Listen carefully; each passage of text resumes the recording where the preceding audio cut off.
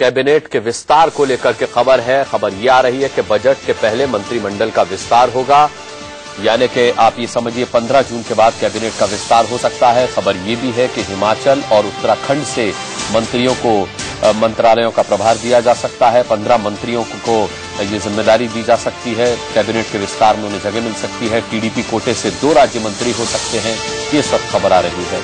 संजय शर्मा हमारे संवाददाता इस वक्त फोनलाइन पर मौजूद हैं। संजय, और क्या जानकारी है?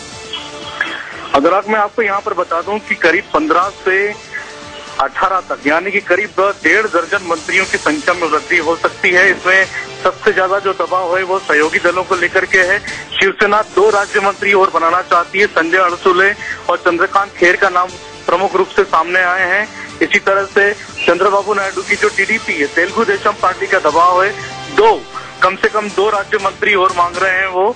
इसी के साथ भाजपा के कई राज्यों से अभी तक ढंग से ठीक से प्रतिनिधित्व नहीं हो पाया, जिसको लेकर के काफी असंतोष है। राजस्थान से जहां पर की 25 की 25 सीटें भी भाजपा ने जीती हैं, वहां से सिर्फ एक ही मंत्री हो पाए, निहाल चंद। तो वहां से कम अभी 3 मंत्रियों के नाम और आना बाकी हैं, जिनमें ओम बिरला का नाम प्रमुख रूप से सामने आ रहा है, अर्जुन मेघवाल का नाम सामने आ रहा है और वसुंधरा राजे ने खुद ने अपने बेटे दुष्यंत का भी नाम दिया है। इसके अलावा और भी कुछ नाम चर्चा में हो सकते हैं, लेकिन हिमाचल प्रदेश, उत्तराखंड सहित कई अन्य राज्य हैं जहां से एक भी मंत्री नहीं बनाया गया है।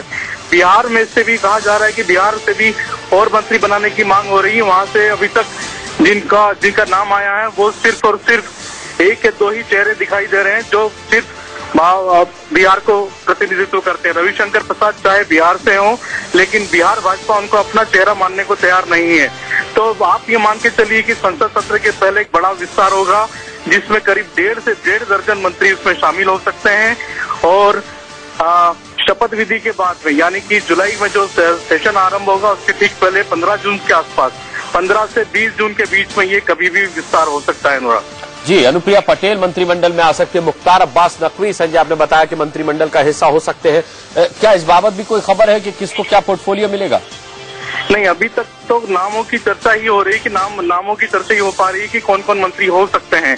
अभी पोर्टफोलियो की जहां तक बात है तो अभी करीब 7 मंत्रियों के पास में 17 विभाग हैं। अनुराग, तो हम कह सकते हैं कि उन मंत्रियों के विभागों में कटौती की जाएगी। जैसे खुद अरुण जेटली कह चुके हैं वित्त मंत्री की मेरे पास से एक विभाग जाएगा।